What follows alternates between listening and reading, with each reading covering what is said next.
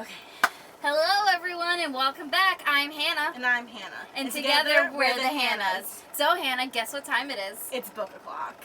Okay, so today we decided to do a very extra special episode.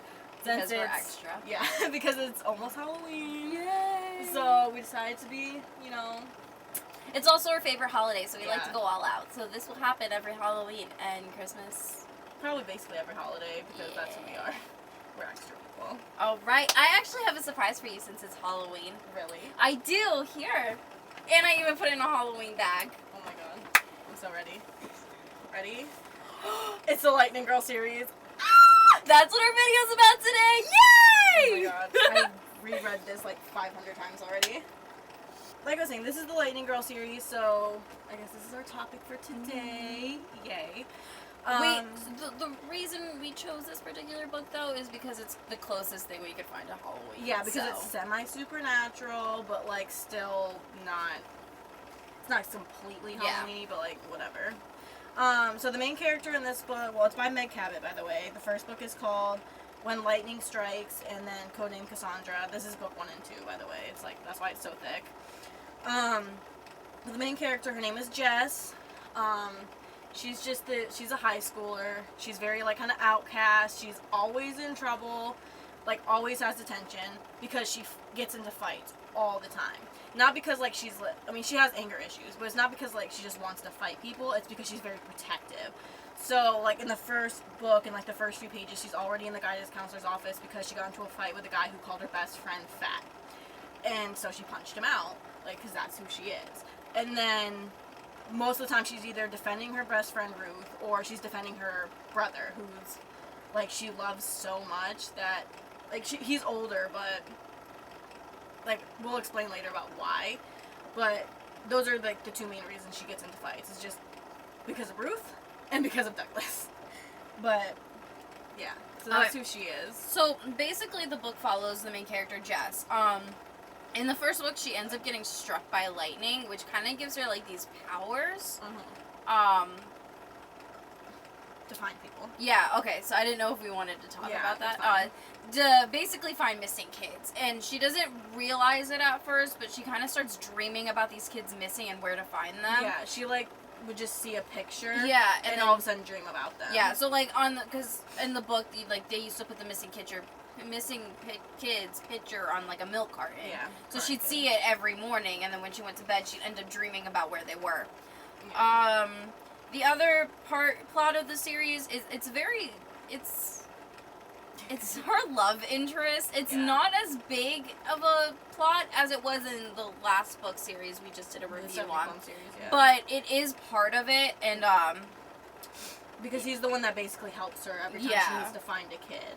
Like, he's always the one that's there for her to kind of just, like, oh, I need to go drive this many miles to go find this kid. Yeah. Oh, well, he goes and takes her.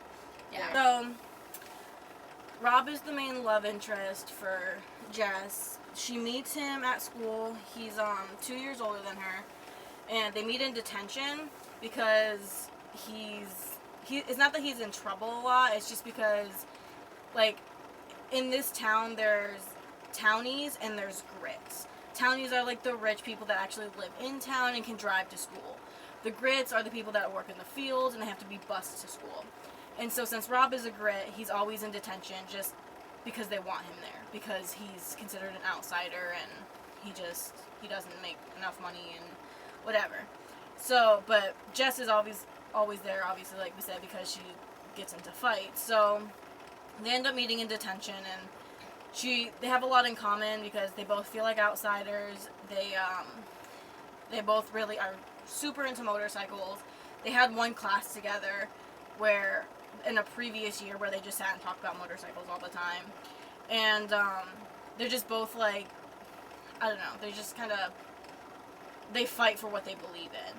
And so they kind of just really click. Rob basically ends up helping her throughout the entire series. Like, he likes her, but he won't admit that he likes her. Like, he does at first. They go on a date, but then he finds out that she's 2 years younger, which he didn't realize because she is so mature for her age. So then he was like, he's on probation. I'm not going to tell you why, because we don't technically find out until book 5. And it's like literally the This last stupidest chapter of the book, and it's literally the dumbest reason. Yeah. But he's on probation, so like in Indiana, even though it's only 2 years, she's 16, he's 18, and even though they're both in high school, because he's already 18, if it's technically illegal for them to date, and so he, like, after their first date and he finds out, he starts like kind of trying to ignore her. Because you find out later that his feelings were just so strong for her that his first reaction was to just avoid her. Which doesn't end up working out because she likes him so much that she basically stalks him. And because she gets struck by lightning and she has to keep, like, she wants to find all these kids, but she's confused about what's going on at first. So she doesn't want to tell her parents or anything, so Rob is like the only one that she could trust that isn't going to like judge her, she thinks. So she asked him to help her, like, to drive her around and, like, find these kids to see if they're actually where she thinks they are, like, where she dreamed that they are. And then in the later books, he's still helping her, and they're still fighting through this, like, she's fighting through this, like, does he like me, does he not, he keeps kissing me every once in a while, but then he gets so angry when he does, and she's, like, so she's trying so hard to get him to, like, just admit how he feels, and he's felt, like, abandoned his whole life because his father, like, took off on him and his mom. Rob is, like, one of the best characters, because he's so sweet, but he's also mysterious. So the only other character besides Rob that she actually trusts is her older brother, Douglas. He's not really a main character, but he's important when you want to discuss the book. Mostly because majority of the fight she gets in is for him, and majority of the stuff that she does is for him. And you see that a lot throughout the book. So a little background on Doug is that he actually is schizophrenic, and severely so. He takes medication for it. He's supposed to, yeah. He's supposed to take medication for it. So in the book, she ends up getting into a situation, and, like, it heightens his schizophrenia, and it gets really bad, and it causes Jess to make a decision. But yeah, so that's basically why we decided to put Doug into the conversation, because mostly what Jess does is to protect Doug at all costs. Yeah. Because she feels that he needs to be protected. Every fight that she gets in, besides, like, the ones with Ruth, which are usually really rare, it's only at school and sometimes, but mostly it's because kids make fun of Douglas because he's schizophrenic. They don't understand, like, what schizophrenia is, and he's had psychotic breaks, and he tried to kill himself when he was in college, so he had to move back home. He's in and out of the hospital, and, like, even when he was a kid, before he was diagnosed with schizophrenia, like, he was always just, like, this oddball kid that just kind of, like, kept to himself. He read his comic books. He didn't like to talk to anybody. And, like, he kind of just, like, he acted out because that's what happens when you're schizophrenic. And so kids were always making fun of him. So even at a very young age, like, at 6 years old, she was already, like, punching kids out that were making, like, that would come up to her and be like, your brother's, like, a retard. Mm-hmm. And that's, like, usually their defense is, like, since they don't understand what schizophrenia is, they think that he's mentally retarded, which he's not. He's actually one of the smartest people in the book. He actually is the one that she goes to him first when she gets struck by lightning. Yeah. And he tries to help her work through it to see, like... Yeah. Like, he tries to find an escape route, because if lightning goes through your body, it has to come out somewhere. Yeah, there's an entrance and an exit wound. And she had no exit wound. Yeah, they found the entrance wound, which was right here, but they couldn't find the exit wound. Mm-hmm. And which could lead, like, when you get struck by lightning, it could lead to medical problems, which was what his main concern was. Yeah. But it's a two-way street. They both they're really close. So now this is the part of the video where we talk about what we liked and what frustrated us. So there's a lot of things to like about this book series. It was written by Meg Cabot, who is an amazing author who also wrote the Princess Diaries books. Yeah. So I think the thing that I like the most is honestly her relationship with Rob, because it's just super cute and it's real. And both of them, like, kind of have, like, relationship issues. They both, like, kind of, like, they want to be together, but yeah, at the same time they're like, don't touch me. Yeah. Which is basically me. So, like, I relate to Jess very much because I basically am Jess. We talk about this all the time. Like, I would be Jess and she would be Ruth.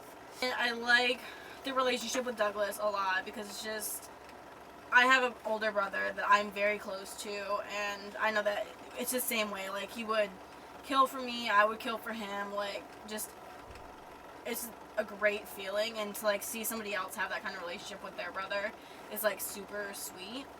But then, like, also, like, all of her little adventures with Rob, like, to actually finding the missing kids is really interesting. So those are, like, some of, like, the really great things about the books, but there's really not much that frustrates us, right? The only thing that really frustrated us, which is just like with the Stephanie Plum series, it's not that she can't choose this time because there's only one person to choose from.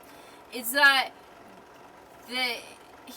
Rob denies his feelings for so long, and it's just so frustrating because, like, his actions tell you that he loves her. Like, it's really clear to see that he loves her, but neither of them realize it, and I think that's what's frustrating. I think one of my favorite scenes, though, it frustrated me, but it was also one of my favorite scenes, is when she tells him that she loves him for the first time. Oh my gosh, yes. So he mad. literally, like, he yells at her or whatever. No, don't say it. And then she goes, I love you. And he goes, I told you not to say it. Yeah, and then, like, but after his little, like, overreaction, then he immediately starts kissing her, and they, like, almost have sex, like, in the middle of, like, the barn. And then he, like, backs up. He goes, oh no, I shouldn't have done that, and then walks away, and we're just, like, really Rob. Like, every time you get so close to, like, telling her your feelings and, like, just finally opening up, and then you shut it down. I think one of my favorite times was when he called her my girl for the first time. Yeah, that was in the 4th book. Yeah. It takes $4,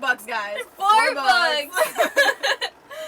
But yeah, that was really cute because, like, well, he actually says my girlfriend. Yeah. Because, like, he was trying to convince her. Can you tell my girlfriend not to, that this is crazy or whatever? Yeah. So, like, they're really cute and stuff, but, like, their relationship is, whatever you would call it, is so frustrating. Yeah, always.